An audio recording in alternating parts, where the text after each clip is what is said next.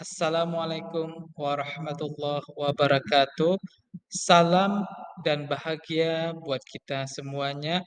Mudah-mudahan kita selalu dalam keadaan sehat walafiat dan berada pada lindungannya. Sebelumnya, perkenalkan, saya Arif Saputra dari SMK Negeri 49 Jakarta, calon guru penggerak angkatan yang ketujuh. Video kali ini adalah koneksi antar materi modul 3.1, pengambilan keputusan berbasis nilai kebajikan sebagai seorang pemimpin. Perkenalkan, nama fasilitator saya adalah Bapak Mahmud Zulkifli, SPD MSI. Sedangkan pengajar praktik saya adalah Ibu Dr. Anda Mintauli Banjarnahor. Pertanyaan yang pertama adalah, bagaimana filosofi Ki Hajar Dewantara dengan Pratap Triloka memiliki kaitan dengan penerapan pengambilan keputusan sebagai seorang pemimpin? Filosofi Pratap Triloka, khususnya Ingarso Sungtolodo, memberikan pengaruh yang besar dalam pengambilan keputusan sebagai pemimpin pembelajaran. Ki Hajar Dewantara berpandangan bahwa sebagai seorang guru, kita harus mampu memberikan tauladan atau contoh praktik yang baik kepada murid kita. Dalam setiap pengambilan keputusan, seorang guru harus memberikan karsa atau usaha keras sebagai wujud filosofi Pratap Triloka ing Madio Mangun Karso. Pertanyaan yang kedua adalah, bagaimana nilai-nilai yang tertanam dalam diri kita berpengaruh kepada prinsip-prinsip yang kita ambil dalam pengambilan suatu keputusan? Setiap guru seharusnya memiliki nilai-nilai positif yang sudah tertanam dalam dirinya. Nilai-nilai positif yang mampu mempengaruhi dirinya untuk menciptakan pembelajaran yang berpihak kepada murid, di mana nilai-nilai tersebut yang akan membimbing dan mendorong pendidik untuk mengambil keputusan yang tepat dan benar. Nilai-nilai positif tersebut seperti mandiri, reflektif, kolaboratif, inovatif, serta berpihak kepada murid. Nilai-nilai tersebut merupakan prinsip yang harus dipegang teguh ketika kita berada dalam posisi yang menuntun kita untuk mengambil keputusan dari dua pilihan, berada pada situasi dilema etika benar versus benar, atau berada dalam dua pilihan antara benar melawan salah, yang menuntut kita berpikir secara bijak untuk mengambil keputusan yang benar. Keputusan yang tepat diambil merupakan buah dari nilai-nilai positif yang dipegang teguh dan dijalankan oleh kita. Nilai-nilai positif akan mengarahkan kita mengambil keputusan dengan resiko yang sekecil-kecilnya. Keputusan yang mampu memunculkan kepentingan dan berpihak kepada anak murid atau peserta didik kita sendiri. Pertanyaan yang ketiga adalah, bagaimana kegiatan terbimbing yang kita lakukan pada materi pengambilan keputusan yang berkaitan dengan kegiatan coaching yang diberikan pendampingan atau fasilitator dalam perjalanan proses pembelajaran kita, terutama dalam pengujian pengambilan keputusan yang telah kita ambil. Apakah pengambilan keputusan tersebut telah efektif? Masihkah ada pertanyaan-pertanyaan dalam diri kita atas pengambilan keputusan tersebut? Hal-hal ini tentunya bisa dibantu oleh sesi coaching yang telah kita bahas pada modul 2 sebelumnya. Coaching adalah keterampilan yang sangat penting dalam menggali suatu masalah yang sebenarnya terjadi, baik masalah dalam diri kita maupun masalah yang dimiliki oleh orang lain. Dengan langkah coaching alur tirta, kita dapat mengidentifikasi masalah apa yang sebenarnya terjadi dan membuat pemecahan masalah lebih sistematis. Konsep coaching dengan menggunakan alur tirta sangat ideal apabila dikombinasikan dengan 9 langkah konsep pengambilan dan pengujian keputusan sebagai evaluasi terhadap keputusan yang telah kita ambil. Dalam hal ini, pembimbingan yang telah dilakukan oleh pendampingan praktik dan fasilitator telah membantu saya terlatih mengevaluasi keputusan yang telah saya ambil. Apakah keputusan tersebut sudah berpihak kepada murid? Sudah berjalan sesuai dengan nilai-nilai kebajikan universal yang telah kita ketahui. Dengan menggunakan alur tirta, merupakan model coaching yang dikembangkan dengan semangat merdeka belajar. Model Tirta menuntut guru untuk memiliki keterampilan coaching. Hal ini penting mengingat tujuan coaching itu sendiri, yaitu untuk melejitkan kompetensi seorang murid agar menjadi lebih merdeka dan mereka bertanggung jawab atas keputusan yang telah beliau ambil. Pertanyaan yang keempat, bagaimana kemampuan guru dalam mengelola dan menyadari aspek sosial emosionalnya akan berpengaruh terhadap pengambilan keputusan yang beliau ambil?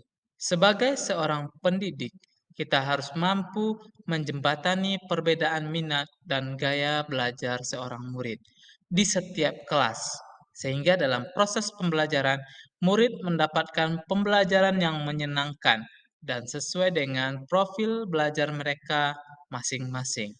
Untuk itu, diperlukan pengambilan keputusan yang tepat agar seluruh kepentingan murid dapat terakomodir dengan baik. Kompetensi sosial dan emosional diperlukan agar guru dapat fokus memberikan pembelajaran dan dapat mengambil keputusan dengan tepat serta bijaksana, sehingga dapat mewujudkan merdeka belajar di kelas maupun di luar sekolah.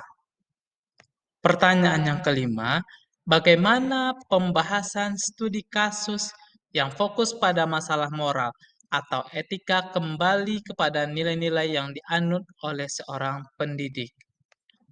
Keberpihakan dan mengutamakan kepentingan murid dapat tercipta dari tangan pendidik yang mampu membuat solusi tepat dari setiap permasalahan yang terjadi.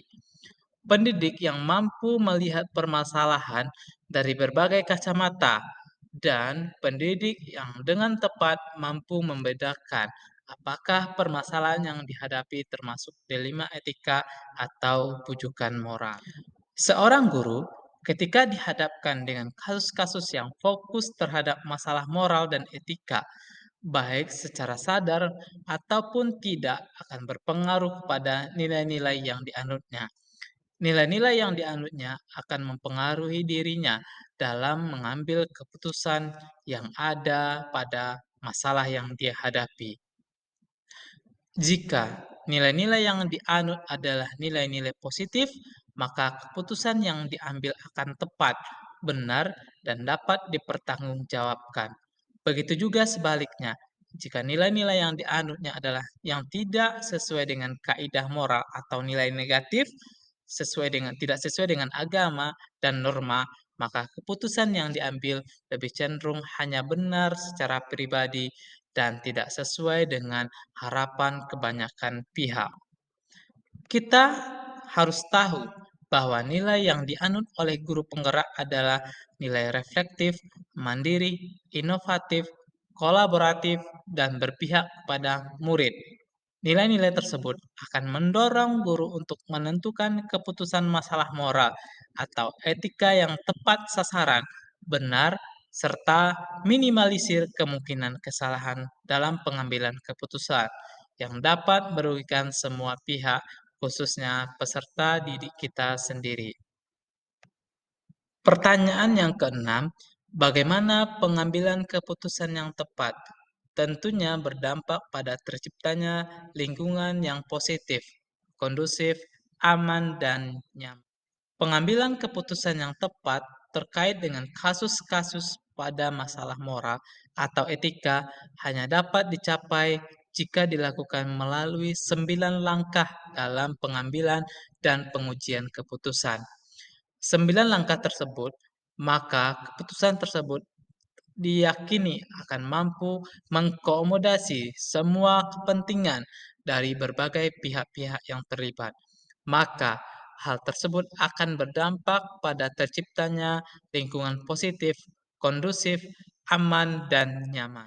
Selanjutnya, apakah kesulitan-kesulitan di lingkungan Anda yang sulit dilaksanakan untuk menjalankan pengambilan keputusan terhadap kasus-kasus dilema etika ini? Apakah ini kembali kepada masalah perubahan paradigma di lingkungan Anda?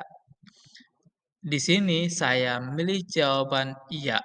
Kesulitan muncul karena masalah perubahan paradigma dan budaya di sekolah yang sudah dilakukan selama bertahun-tahun. Di antaranya adalah sistem yang kadang jika memaksakan guru untuk memilih pilihan yang salah atau kurang tepat dan tidak berpihak kepada murid-murid kita. Yang kedua, tidak semua warga sekolah berkomitmen tinggi untuk menjalankan keputusan bersama. Pertanyaan yang kedelapan adalah, dan pada akhirnya, apakah pengaruh pengambilan keputusan yang kita ambil ini dengan pengajaran yang memerdekakan murid-murid kita? Menurut pendapat saya, semua tergantung kepada keputusan seperti apa yang diambil. Apabila keputusan tersebut sudah berpihak kepada murid, dalam hal ini tentang metode yang digunakan oleh guru, media, dan sistem penilaian yang dilakukan sudah sesuai dengan keputusan murid, maka hal ini akan dapat memerdekakan murid kita dalam belajar. Dan pada akhirnya, murid dapat berkembang sesuai dengan potensi dan kodratnya masing-masing. Namun sebaliknya, apabila keputusan tersebut tidak berpihak kepada murid, dalam hal ini baik itu metode, media, serta penilaian lainnya, sebagaimana maka kemerdekaan belajar murid hanya sebuah omong kosong belaka, dan tentunya murid tidak akan berkembang sesuai dengan potensi dan bakat serta kodratnya masing-masing. Bagaimana seorang pemimpin pembelajaran dalam mengambil keputusan yang dapat mempengaruhi kehidupan atau masa depan murid-muridnya? Menurut saya, ketika guru sebagai pemimpin pembelajaran melakukan pengambilan keputusan yang memerdekakan dan berpihak kepada murid, maka dapat dipastikan murid-muridnya akan belajar menjadi orang-orang yang merdeka, kreatif, inovatif dalam pengambilan keputusan yang menentukan bagi masa depan mereka sendiri. Keputusan yang berpihak kepada murid haruslah melalui pertimbangan yang sangat akurat, di mana dilakukan terlebih dahulu pemetaan terhadap minat belajar, profil belajar, dan kesiapan belajar murid itu sendiri. Untuk kemudian dilakukan pembelajaran berdiferensiasi, yaitu melakukan diferensiasi konten, diferensiasi proses, dan diferensiasi produk yang dihasilkan oleh anak-anak kita itu sendiri. Pertanyaan yang ke-10, apakah kesimpulan akhir yang dapat Anda tarik dari pembelajaran modul materi ini dan keterkaitannya dengan modul-modul sebelumnya? Kesimpulan yang saya dapat adalah setelah mempelajari modul ini yang berkaitan dengan modul-modul sebelumnya, pengambilan keputusan adalah suatu kompetensi atau skill yang harus dimiliki oleh seorang guru dan harus berlandaskan kepada pemikiran atau filosofi Ki Hajar Dewantara yang dikaitkan sebagai pemimpin pembelajaran. Pengambilan keputusan harus berdasarkan pada budaya positif dan menggunakan alur bakja yang akan mengantarkan pada lingkungan positif, kondusif, aman, dan nyaman. Dalam mengambil keputusan, seorang guru harus mampu memiliki kesadaran penuh untuk menghantarkan muridnya menuju profil pelajar Pancasila. Dalam perjalanannya menuju profil pelajar Pancasila, ada banyak dilema etika dan rujukan moral, sehingga diperlukan panduan 9 langkah dalam pengambilan keputusan dan pengujian keputusan untuk memutuskan dan memecahkan suatu masalah agar keputusan tersebut berpihak pada murid demi terwujudnya merdeka belajar. Pertanyaan yang ke-11, sejauh mana pemahaman Anda tentang konsep-konsep yang Anda telah pelajari pada modul ini, yaitu dilema etika dan bujukan moral? 4 paradigma pengambilan keputusan, 3 prinsip pengambilan keputusan, dan 9 langkah pengambilan dan pengujian keputusan. Adakah hal-hal yang menurut Anda di luar dugaan? Dalam mempelajari modul ini, saya mempelajari 4 paradigma pengambilan keputusan, yaitu keputusan individu lawan masyarakat, kebenaran lawan kesetiaan, keadilan lawan belas kasihan, jangka pendek melawan jangka pendek. 3 prinsip pengambilan keputusan, yaitu keputusan berpikir berbasis akhir. Hal-hal yang menurut saya di luar dugaan adalah ternyata dalam pengambilan keputusan bukan hanya berdasarkan sesuai dengan pemikiran kita saja, namun perlu melihat 4 paradigma, 3 prinsip, dan melakukan 9 langkah pengujian pengambilan keputusan. Selama ini, saya berpikir terlalu cepat dan reaktif sehingga keputusan yang saya ambil perlu ditinjau kembali agar tidak merugikan banyak orang. Pertanyaan yang ke-12, sebelum mempelajari modul ini, pernahkah Anda menerapkan pengambilan keputusan sebagai pemimpin dalam situasi moral dilema? Bila pernah, apa bedanya dengan apa yang Anda pelajari pada modul ini? Sebelum mempelajari modul ini, saya pernah mengambil keputusan dengan situasi dilema etika, namun tidak mengikuti 9 langkah dalam pengambilan keputusan. Keputusan yang saya ambil biasanya hanya dari dua hal. Yang pertama, sesuai dengan regulasi atau aturan yang ada dan tidak merugikan orang lain. Tidak melakukan uji benar versus benar. Dalam modul ini, saya belajar langkah-langkah pengambilan keputusan dengan tepat, akurat, karena ada 5 uji benar versus benar. Pertanyaan yang ke-13, bagaimana dampak mempelajari konsep ini buat Anda? Perubahan apa yang terjadi pada cara Anda dalam mengambil keputusan sebelum dan sesudah mengikuti pembelajaran pada modul ini? Sebelumnya, dengan mengucapkan syukur kepada Allah Subhanahu wa taala atas apa yang sudah saya temui pada modul 3.1 ini. Banyak ilmu yang saya terima dan sangat bermanfaat untuk hari ini dan masa yang akan datang. Konsep yang saya pelajari memberikan dampak yang luar biasa bagi pola berpikir saya. Sebelum bertemu dengan modul ini, saya berpikir bahwa pengambilan keputusan hanya berdasarkan regulasi dan aturan yang berlaku di lingkungan sekolah saya. Saya juga akan berencana akan mengimplementasikan dalam setiap pengambilan keputusan, baik sebagai pemimpin pembelajaran maupun dalam ikut serta dalam pengambilan kebijakan yang ada di sekolah. Komunitas praktisi yang saya ikuti. Saya berharap pengambilan keputusan yang saya lakukan akan selalu berpihak kepada murid dan tidak merugikan banyak orang. Pertanyaan yang ke-14, seberapa penting mempelajari topik modul ini bagi Anda sebagai seorang individu dan Anda sebagai seorang pemimpin dalam pembelajaran? Di lingkungan sekolah, guru sebagai pemimpin pembelajaran dan sebagai warga sekolah, banyak keputusan yang akan dikeluarkan, menghasilkan kebijakan-kebijakan yang akan mewarnai perjalanan di sekolah untuk mewujudkan merdeka belajar dan profil pelajar Pancasila. Di sini, seorang guru harus memiliki keterampilan pengambilan keputusan untuk dapat mewujudkan itu semua. Keputusan yang bernilai kebajikan dan mampu mengimplementasikan 9 langkah pengambilan keputusan sesuai dengan 4 paradigma dan 3 prinsip penyelesaian dilema etika, serta 3 uji yang sejalan dengan prinsip pengambilan keputusan, yaitu uji intuisi, berhubungan dengan berpikir berbasis peraturan. Selanjutnya ada uji publikasi, sebaliknya berhubungan dengan berpikir berbasis hasil akhir, yang mementingkan hasil akhir, serta uji panutan atau idola, yang berhubungan dengan prinsip berpikir berbasis rasa peduli, di mana ini berhubungan dengan golden rule yang akan dihasilkan dalam pengambilan keputusan.